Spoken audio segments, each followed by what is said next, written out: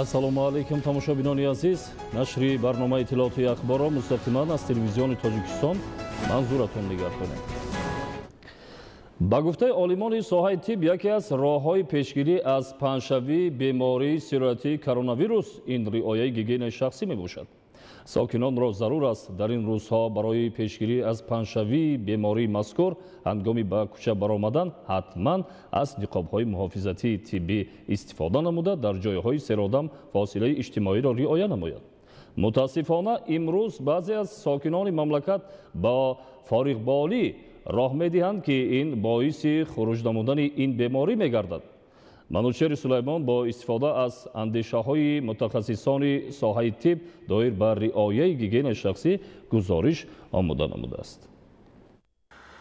дар роҳи мубориза ва пешгирии бемориҳои сироятӣ аз ҷумла коронавирус, риояи чораҳои пешгирӣ, талаботи ҳатмии гигиенаи шахсӣ, ҷамъиятӣ, худдорӣ аз рафтуомад ба ҷойҳои серодам зарур буда, чунин рафтор ба таъмини боваринокии сиҳатӣ мусоидат хоҳад кард.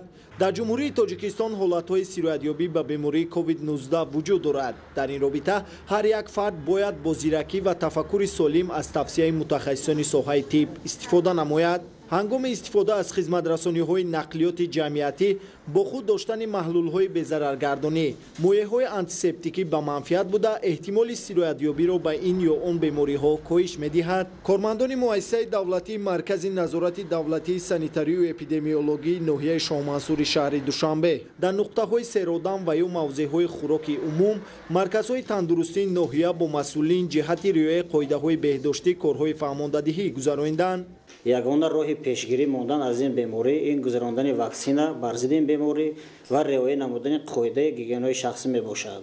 қоидаи гигиенаи шахсиро бояд ҳар як шаҳрванд новобаста дар куҷо буданаш риоя намояд.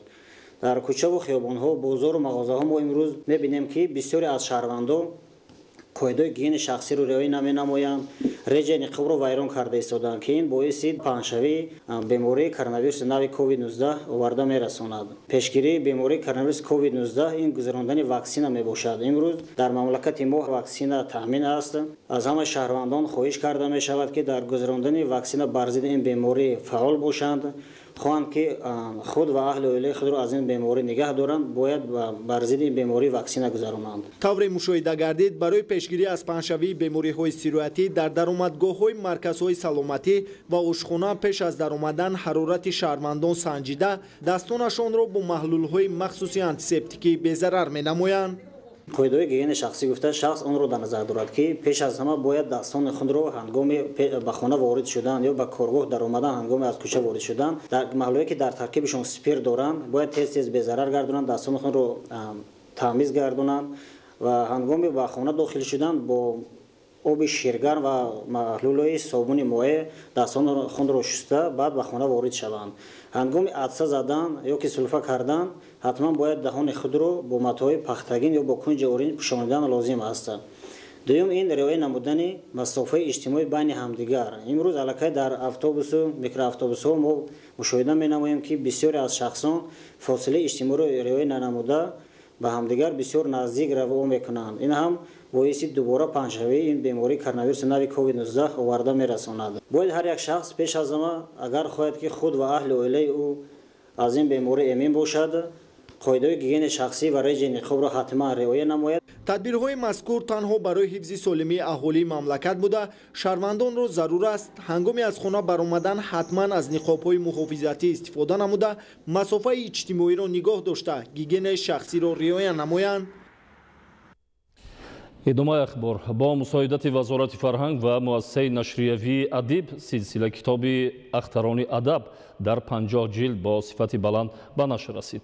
ба итмом расидани нашри силсилаи мазкур барои дӯстдорони каломи баде боз як имконоти дастрасӣ ба китобҳои тозанашри адибонро фароҳам меорад. гузориши хабарнигорони мо.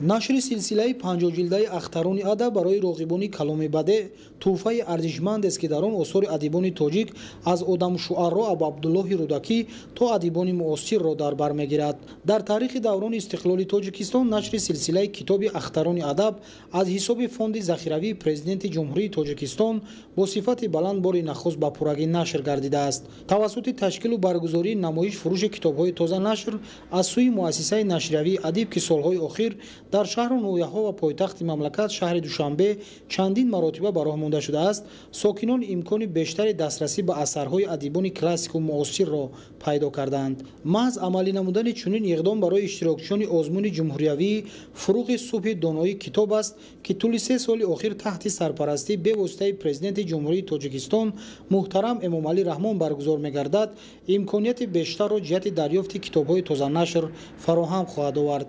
бо нашри осори адибони классику муосир муассисаи нашриявии адиб дар ғанигардонидани фонди китобхонаҳои шаҳру ноҳияҳои мамлакат низ саҳми фаъолу назаррас гузоштааст. то имрӯз бо назардошти талабот ва рағбати рӯзафзуни аҳли ҷомеа ба китоб, муассисаи нашриявии адиб бо истифодаи имконоту шароити мавҷуда намоиш фурӯши китобҳои тозанашрро беш аз ҳар вақти дигар ташкилу ба роҳ мемонад.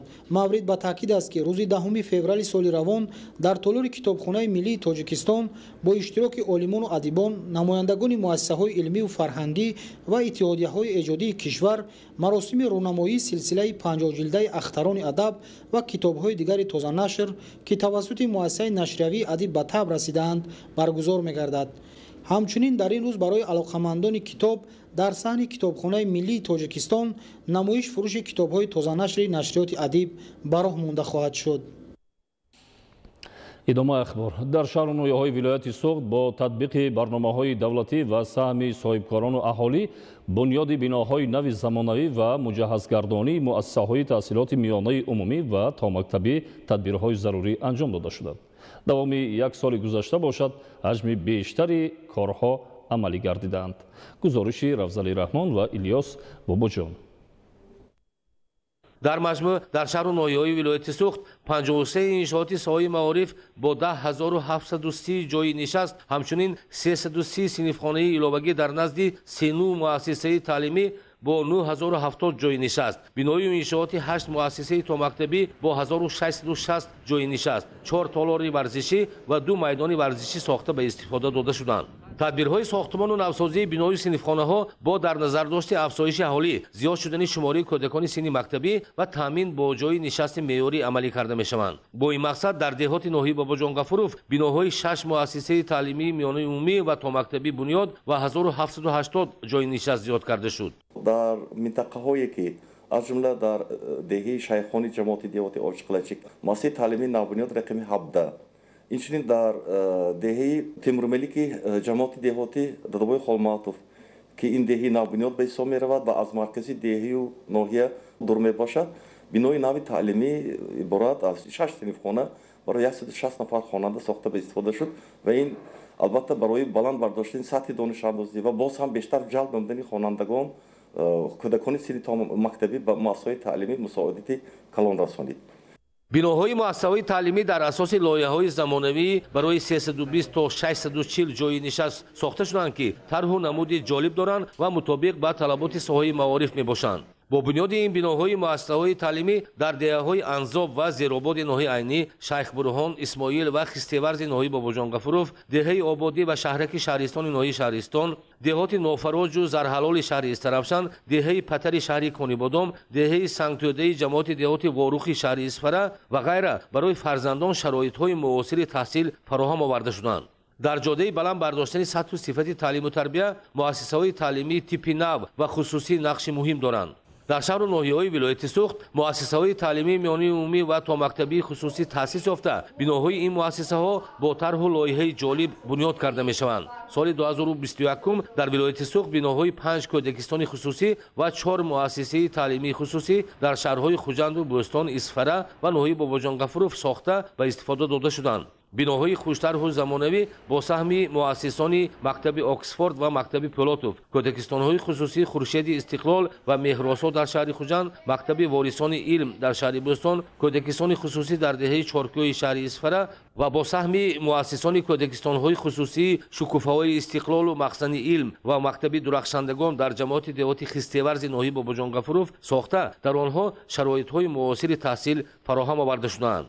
мақомоти иҷроии ҳокимияти давлатии вилояти Суғд сохтору идораҳои марбута баҳри ҳалли як аз мушкилоти асосӣ дар соҳаи маориф норасоии муассисаҳои таҳсилоти томактабӣ чорабиниҳоро амалӣ менамояд. соли гузашта дар вилоят биноҳои 8 муассисаи томактабии замонавӣ мавриди баҳрабардорӣ қарор гирифтанд ки аксар кӯдакистонҳои хусусиянд ва дар ин самт саҳми соҳибкорон калон аст. соли 2015 фарогирии кӯдакон дар муассисаҳои таълимии томактабӣ ҳамагӣ атрофи 12-13% ташкил мекарда бошад. алҳол ин фарогирӣ 22.1% ташкил кард ва шумории кӯдакистонҳо то 37 адад расонида шуд. танҳо дар худи ҷамоати деҳоти Хистеварз масалан имрӯз 8 адад кӯдакистонҳо тобеи ташкилотҳои гуногун фаъолият доранд. бо таъсису бунёди кӯдакистонҳо таи солҳои охир фоизи фарогирии кӯдакон ва таълиму тарбият дар муассисаҳои томактабӣ дар шаҳру ноҳияҳои вилоят аз 10 то 20% зиёд гардид. бо дастгирии мақомоти иҷроии ҳокимияти давлатии шаҳри Бӯстон ва равона намудани 4,5 миллион сомонӣ биноҳои 10 муассисаи таълимӣ ва кӯдакистонҳо таъмири куллӣ муҷаҳҳаз ва марказҳои гармидиҳӣ сохта, биноҳои таълимии литсеи рақами 1 пурра навсозӣ ва дар гимназии рақами 1 маркази гармидиҳӣ барқарор кабинетҳои фаннӣ муҷаҳҳаз карда шуданд. такмил ва таҷҳизонидани кабинетҳои фаннӣ, озмоишгоҳҳо бо таҷҳизотҳои нави техникӣ, реактивҳо, асбобҳои барқӣ барои гузаронидани тадқиқотҳои озмоишӣ роҳ медиҳад ки сатҳи сифати дониши хонандагон аз фанҳои дақиқ баланд бардошта шавад. давоми соли гузашта дар беш аз 40 деҳаи вилоят биноҳои муассисаҳо ва синфхонаҳои иловагӣ сохта ба истифода дода шуданд. дар ин самт ҳаҷми бештари корҳои сохтмону навсозӣ ва таъмин бо лавозимоти мактабӣ дар шаҳрҳои Истаравшану Панҷакент, ноҳияҳои Девашчист, Спитамен ва Ҷабборасулов иҷро карда шуданд. дар бунёди биноҳои муассисаҳои таълимӣ саҳму иқдоми соҳибкорон, ашхоси саховатпеша ва аҳолӣ калон аст. ин шаҳодати робитаи мустаҳками ҷомеа бо соҳаи маориф ва таваҷҷӯҳи бештари падару модарон ба таълиму тарбияи фарзандон аст ки ин тамоюли нек аст, зеро масъалаи таълим, тарбия ва маърифати фарзандон дар ҷомеа ҷойгоҳи хоса касб мекунад. бунёди миллат аз маориф оғоз меёбад, зеро соҳаи илму маориф низоми калидии пешрафту тараққиёти давлат мебошад. ҳамин аст ки ҳукумати ҷумҳурии Тоҷикистон ба ин соҳа таваҷҷӯҳи махсус зоҳир намуда ба рушди илму маориф афзалият медиҳад. маврид ба таъкид аст ки маҳз бо ин васила сатҳи донишу маърифатнокии аҳолӣ баланд ва мустаҳкам карда мешавад. ойшаи Саттор мавзӯъро шарҳ медиҳад. танҳо ба воситаи илму маърифат метавон нуфузи мамлакатро баланд бардошт ва бо номи фарзандони донишманду ихтироъкор миллату давлатро ба ҷаҳониён муаррифӣ кард. баъд аз ба даст омадани истиқлоли давлатӣ дар таърихи маориф ва илми ҷумҳурии Тоҷикистон муносибатҳои сифатан нав ба вуҷуд омад ки онҳо дар Конститутсияи ҷумҳурии Тоҷикистон, қонунҳои амалкунанда ва санадҳои меъёрии ҳуқуқӣ инъикос ёфтанд. имрӯз давлату ҳукумати ҷумҳурии Тоҷикистон шароити зарурии таҳсилро барои аз худ намудани дониш фароҳам овардааст. аз муҳассилин танҳо тақозо мегардад ки барои аз худ намудани илмҳои замони муосир сидқан талош намоянд ва масъулинро зарур аст имконоти мавҷударо самаранок истифода намоянд. мо аҳли омӯзгорон ва кормандони муассиса тамоми ғамхориву дастгириҳои пешвои муаззами миллат ва ҳукумати ҷумҳурии Тоҷикистонро қадр мекунем. якдилона баҳри беҳтар ва хубтар таълиму тарбия гирифтани насли наврас кӯшиш ба харҷ медиҳем. ҳукумати мамлакат дар назди худ мақсад гузоштааст ки фанҳои табиатшиносӣ, риёзӣ ва дақиқро беш аз пеш рушду тақвият бахшанд. бо ин мақсад солҳои 2020-2040 20-солаи омӯзиш ва рушди фанҳои табиатшиносӣ, дақиқ ва риёзӣ дар соҳаи илму маориф эълон карда шуд. дар замони соҳибистиқлолии пешвои муаззами миллат муҳтарам Эмомалӣ Раҳмон ба ҷавонон таваҷҷӯҳи махсус зоҳир намуда барои соҳибдонишу соҳибкасб гардидани онҳо шароитҳои мусоид фароҳам меорад. ҳамин гуна ғамхориҳост ки имрӯз ҷавонон аз пайи донишомӯзӣ буда با آموختن کسب و هنرهای گوناگون در رشد و انکشاف وطن عزیزمان سهم ارزنده گذاشته ایستاده‌اند. پیشوای ملت محترم امام علی رحمان در پیام آخرین خویش و مجلس عالی کشور ذکر نموده بودند: ما با جوانان با ننگ و ناموس خود افتخار میکنیم و برای حل مسئله های آنها من بعد نیز تمام تدبیرها را عملی مینماییم. جوانان آینده ملت، قوای پیشبرنده جامعه، ذخیره های استراتژیکی حکومت مملکت به حساب می روند. از ماه ایول سال 2022 استیپندیای دانشجویان 20% زیاد خواهد شد. بنابراین در جواب به همه غمخوری‌های پرزیدنت کشور ما می‌توانیم به همه کوشش و تلاش‌ها را به خرج داده و با آموختن علم‌های زمانوی از آن جمله فن‌های ریاضی دقیق، طبیعی، تکنولوژی‌های اطلاعاتی، زبان‌های روسی و انگلیسی و سهم گذاشتن در پیشروی و کسب آموزی بیش از پیش تشبثکار باشیم. در دوران صاحب استقلالی بنیاد معارف ملی و وارد گردیدن به فضای تحصیلات بین‌المللی در جمهوری تاجیکستان هدف مهمترین و سمت افضلیتناک سیاست اجتماعی دولت و حکومت انتخاب گردیده است. معارف یکی از سمت‌های پیشبرنده حکومت جمهوری تاجیکستان به حساب می‌رود. رشد و پیشرفت ساحه معارف پیوسته زیر توجه رهبریت عالی دولت و حکومت مملکت قرار دارد.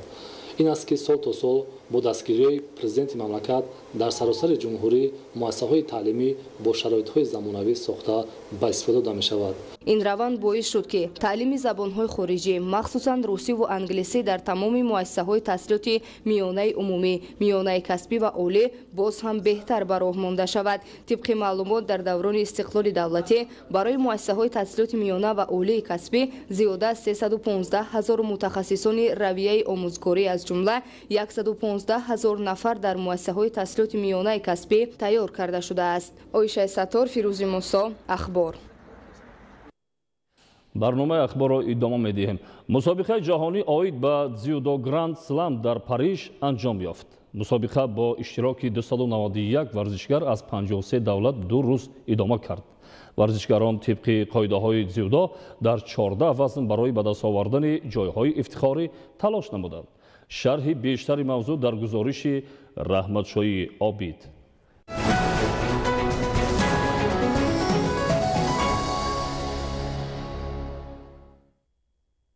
тамошобинони азизу арҷуманд, ин буд барномаи иттилооти ахбор. Тансияту хонобод бошед.